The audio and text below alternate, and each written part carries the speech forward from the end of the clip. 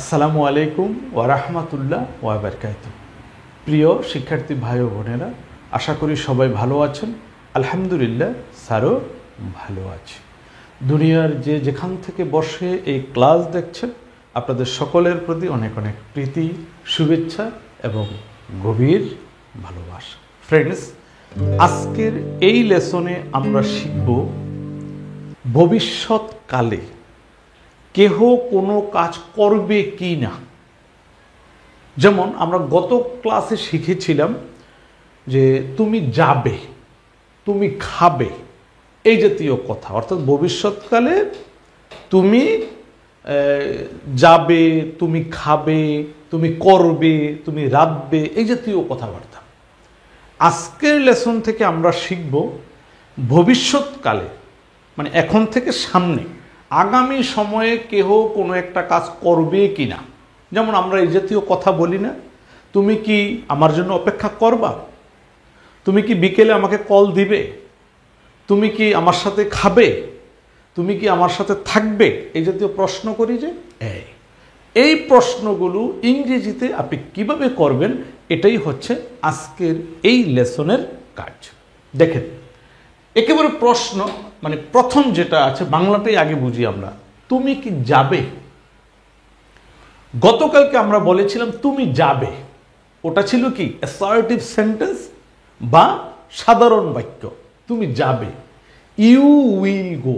কালকে আমরা কি বলেছিলাম, ইউ উইল গো। কিন্তু আজকে সেন্টেন্সটা কি হয়ে গেছে খেয়াল করেন, আজকে হয়েছে উইল ইউ গো।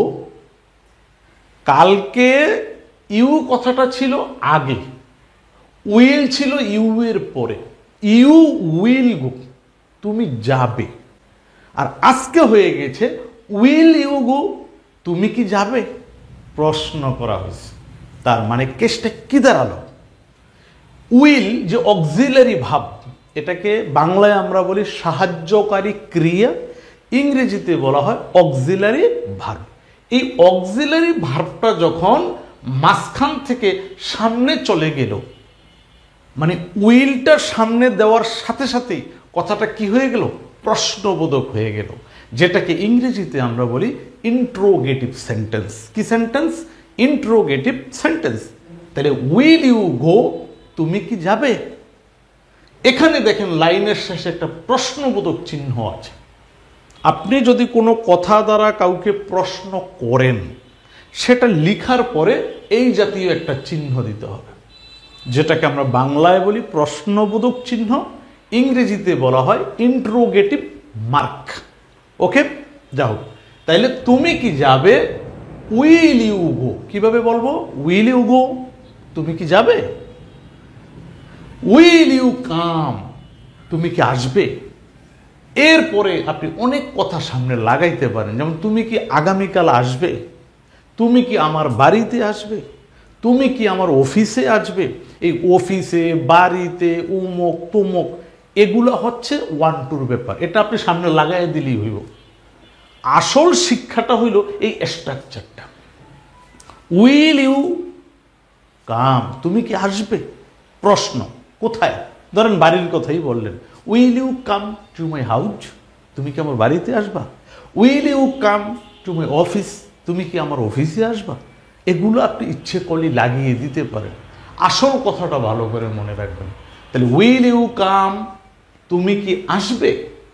পরের line, will you help me, তুমি কি আমাকে সাহায্য করবে।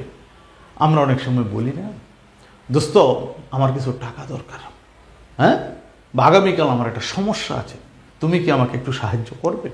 তাহলে এই যে কথাটা আপনি ইংরেজিতে কিভাবে বলবেন, will you help me, will you help me, তুমি কি আমাকে সাহায্য করবে।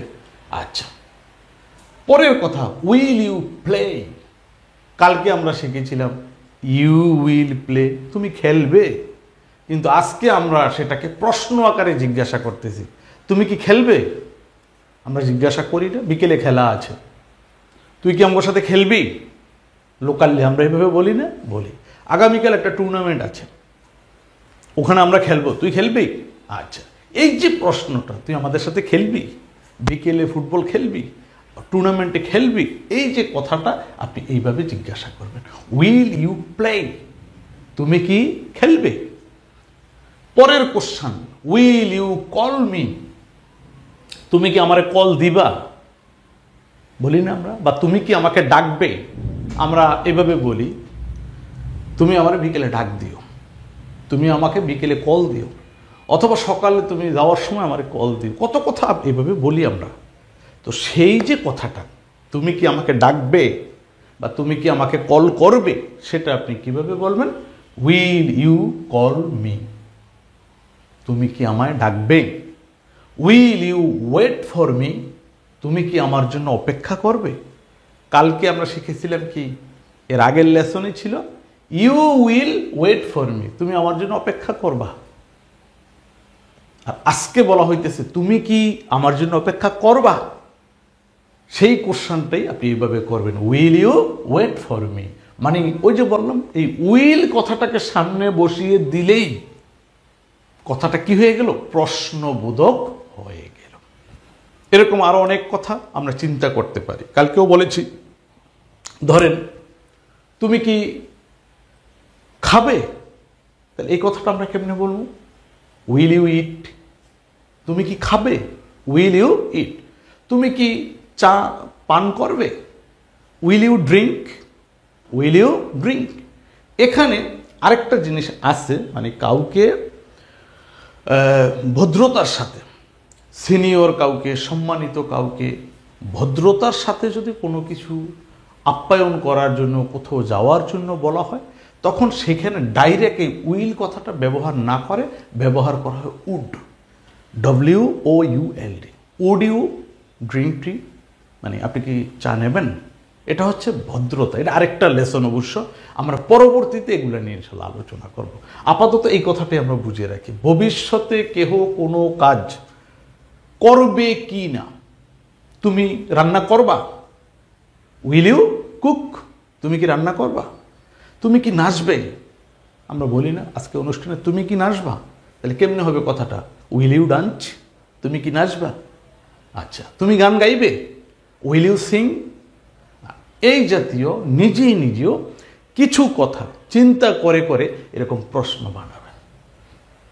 যদি কেউ ভালো পারেন কমেন্টে লিখে স্যারকে দেখাবেন নতুন সেন্টেন্স আপনি কি মেকিং করতে পারলেন। ওকে, যা হোক, এখানে ইংরেজির পাশাপাশি বাংলা অর্থগুলো সুন্দর করে লেখা আছে। আমরা মনে রাখবো, প্রশ্ন করার ক্ষেত্রে কিন্তু সেই প্রশ্নবোধক চিহ্ন দিতে হবে, সেটা বাংলাতেই হোক বা ইংরেজিতে হোক। কোশ্চান যদি হয় কোনো কথা, তাহলে তার শেষে কি লাগবে, এরকম প্রশ্নবোধক চিহ্ন দিতে হবে।